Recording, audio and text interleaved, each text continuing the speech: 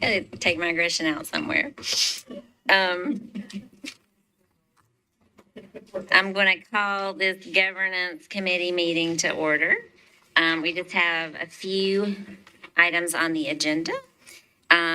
We have two policies to consider, and I am going to turn it over to Dr. Sevier to sort of go through some of these adjustments with us.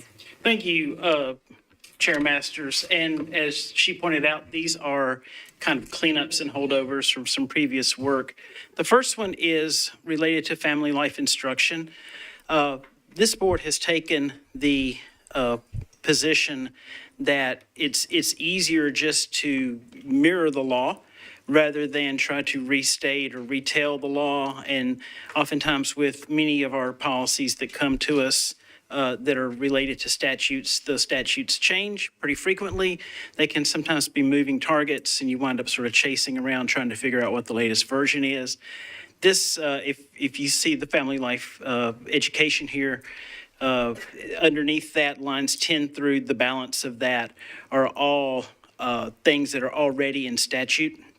So rather than, again, try to sort of enumerate all those and run the risk of not being able to capture all of them, it essentially says that you see that footnote there that says 1, and if you were to go down the bottom, you would see that's the sort of caption that captures all of that language. Rather, again, just for clarity's sake, we don't have a course called Family Life. We have curriculum standards that are taught through our wellness course. It's a really small part of it. Actually, it's, there's all things about nutrition and exercise and wellness and mental health and all sorts of other things. And that family life and in education around healthy decisions in that regard are a part of it, an important part of it, but it is not the entirety of the course. I just want to make sure everybody was kind of aware of that. This kind of cleans it up. It creates pretty much an evergreen policy that the board can use moving forward, and it would be pretty static. And I'd be happy to answer any questions you might have. Yeah, and I want to point out too that two things. Actually, before I asked for a motion, I just did the parent permissions portal thing. And when it comes to the wellness and family life instruction, parents are given the option of agreeing to their child being taught everything in that course, wanting their child to not be taught these things in that course, or wanting to have the opportunity of choosing. So there were actually 3 options on the permission form for that course. Am I saying that correct? I just filled it out. So, so parents know at the very beginning of the year what their options are, as well as where to access what some of the state requirements are.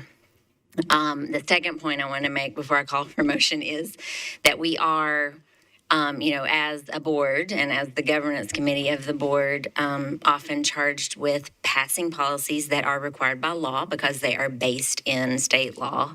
That's a big part of what our function is, especially right at the beginning of the school year. And so these, there's a lot of stuff coming at us. And what we do with that as a board doesn't change the fact that it is state law.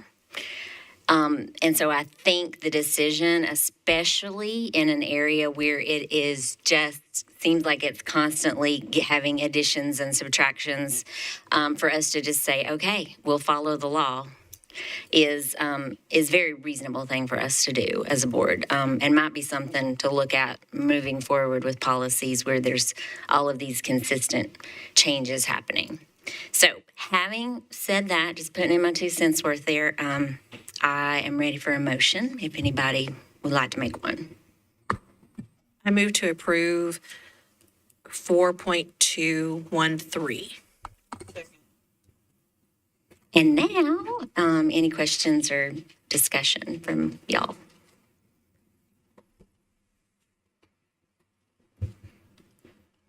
Okay. I was just going please. to say that I appreciate that we cleaned it up and did where we said it's just going to follow the state law. I think it's the right practice going forward on some of these, that there's going to be continuous changes to. So we're not constantly having to fiddle faddle with them and revise. I know that's a very technical term. Thank you. We know what you mean by it. Okay. All in favor of the motion passing, raise your hand, please.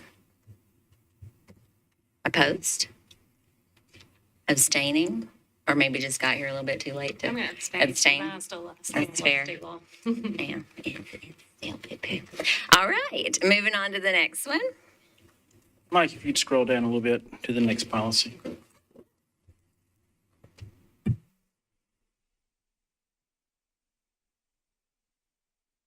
And this is the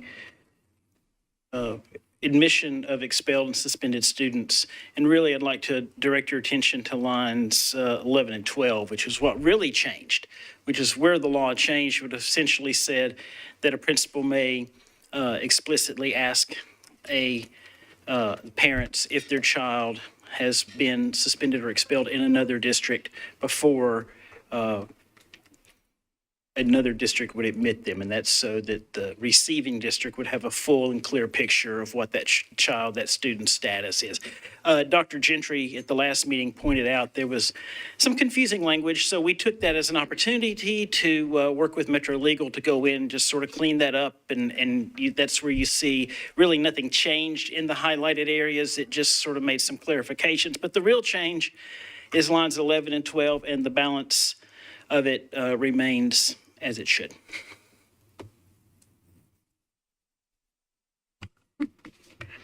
So again, just some clarification of language here.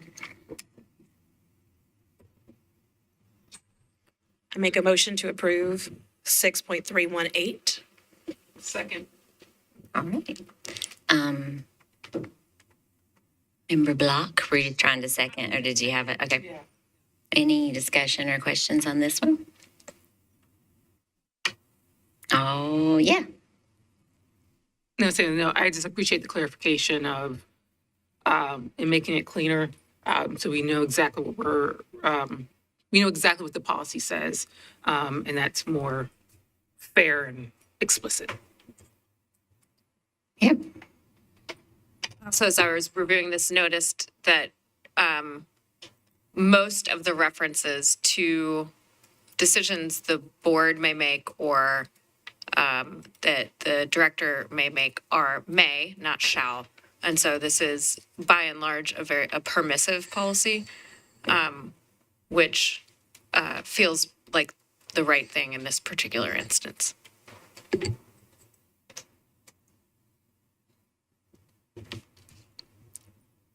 All right. All in favor of passing this policy as amended? All right, it passes unanimously. Thank you. That's all we have. And with that, we are adjourned, and I'm going to bang the thing again because I like to.